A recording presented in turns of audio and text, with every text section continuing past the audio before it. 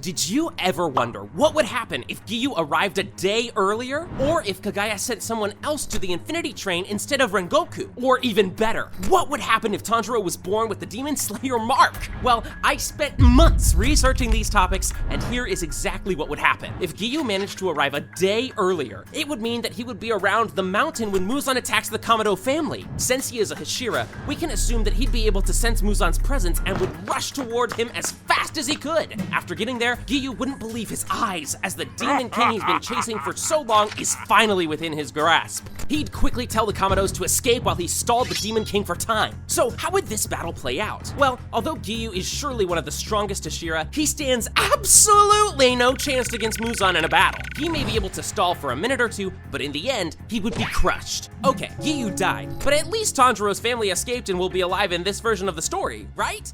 Right? Well, not really. Since Muzan defeated Giyu pretty quickly, he'd catch up with the 𝐷𝐿𝐷s in the blink of an eye and eliminate them all as he wanted from the start. As the sun rises, Tanjiro makes his way up the mountain, and same as in the original story, he finds his family dead and Nezuko turned. He would immediately rush to find a doctor, but since Giyu is not alive to meet him at this point, what will happen to him? You see, the information about Muzan's appearance would probably reach Kagaya, who would then send all available pillars to his location. This would mean that Tanjiro, who is running down the mountain, and the Hashiras who are coming up would probably cross paths. So how would this interaction go? Well, one important thing to consider here is that since Giyu has died, the Hashiras are really angry, and as soon as they sense Nezuko, they won't hesitate to kill her. Tanjiro would try to persuade them, telling them that Nezuko is different, but they would kill her without hesitation. It's crazy to think that this little change would lead to both Nezuko and Giyu dying in episode 1. But what would happen to Tanjiro? Well, after his sister's death, he would go mad and try to attack the Hashiras. Of course, he wouldn't be able to do anything to harm them, but it would make some of the Hashiras see his potential. It's probably Shinobu that would sympathize with Tanjiro the most, as she also lost her sister to demons. She would accept Tanjiro as her Tsugoku and train him to be a demon slayer. Tanjiro would become pretty strong, easily passing the final selection and defeating many weaker demons. However, as soon as he engages Rui at Mount Natugumo, his luck would come to an end. Tanjiro stands absolutely no chance of defeating Rui without Nezuko's help,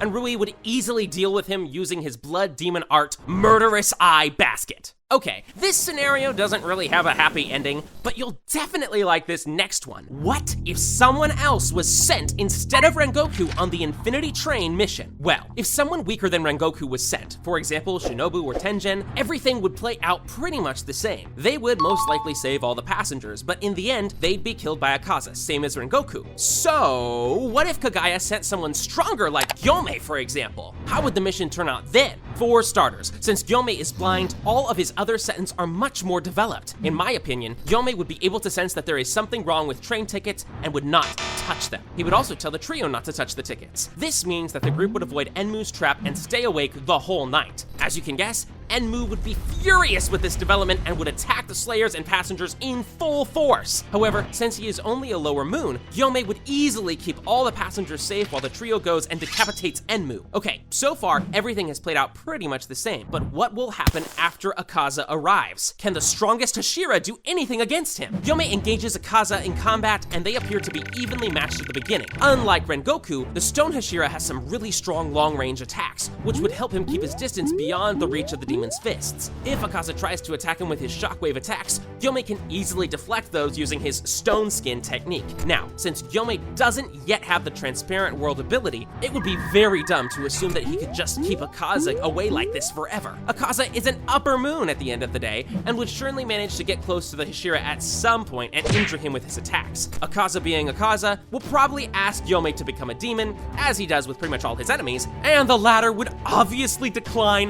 breaking 𝐴𝐴�'s heart. Please subscribe to make 𝐴𝐴 happy again. I think he would be very grateful. Eventually, with both of them heavily injured, the sun will rise and 𝐴𝐴 will be forced to flee. And you know what this means? Yeah, that's right, no Hashira died during this arc. This means they will all be alive for the final fight against Muzan later in the story. Just imagine if another Hashira was there during the final battle. It would be game-changing. Also, it's possible that some Slayers Muzan has defeated, like Mitsuri and Obanai, would survive in the end. Man, I really wish Kagaya sent someone stronger on this mission. The story's ending would be much happier. Alright, but did you ever think about what would happen if 𝗲𝗲 was in the entertainment district instead of Gyutaro and Daki? If you are wondering why would he even be there, you probably missed one important piece of information in Season 3. You see, during Gyutaro's flashback, we learned that 𝗲𝗲 loves eating girls because they are very nutritious. Because of this, he often comes to the entertainment district because it's filled with beautiful girls. So it actually makes a lot of sense for him to be there. So how would this scenario play out?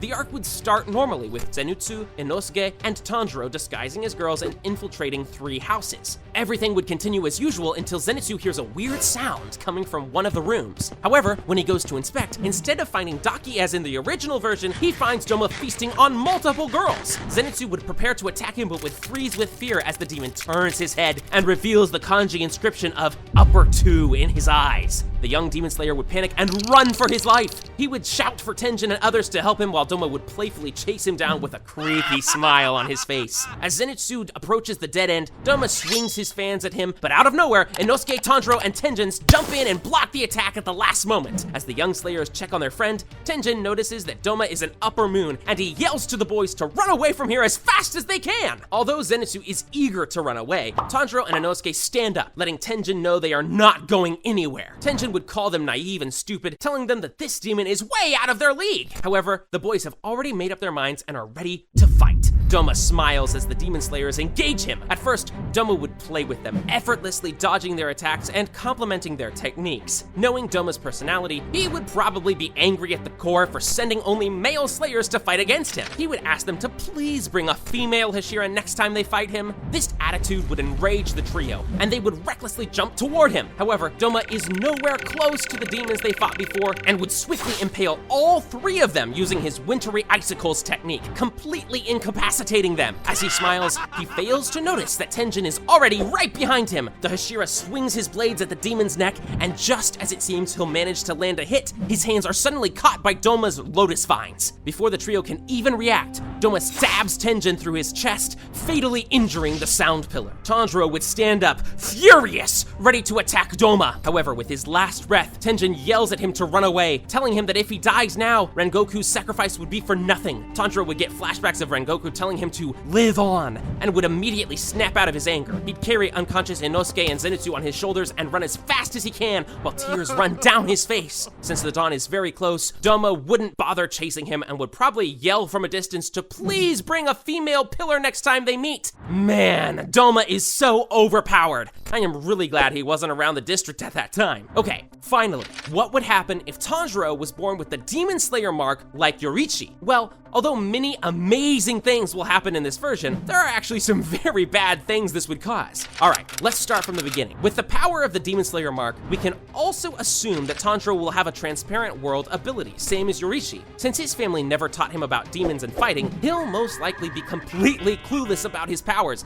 and would live his life as usual, selling charcoal in the village. This means that his family will eventually get killed and that he'll encounter Giyu. Due to his transparent world ability, Tanjiro would cause much more trouble for Giyu, and the latter eventually has to use water breathing to stop the boy. Seeing Tanjiro's incredible potential, Giyu would personally take him as his Sugoku and train him to become a demon slayer. Okay, here is where things start to get really good. As Tanjiro is now much stronger, he'd be able to help Rengoku and defeat 𝐴𝐸 using a transparent world, which means that Rengoku would survive. He'd also easily defeat Gyutaro, which means Tenjin will continue being a Hashira. By the time of Swordsmith Village, Tanjiro would already completely have mastered sun breathing and would easily kill Hantengu on his own before Mitsuri even arrives. Demon Slayer Corps would be stronger than ever, and with Tanjiro fighting alongside them, what could possibly go wrong? Well, the fact that the Corps is incredibly powerful is actually a problem in itself. You're probably a bit confused by this, so let me explain. You see, Muzan doesn't engage in battles he is not sure he can win. Remember what happened after he lost to Yoriichi? That's right,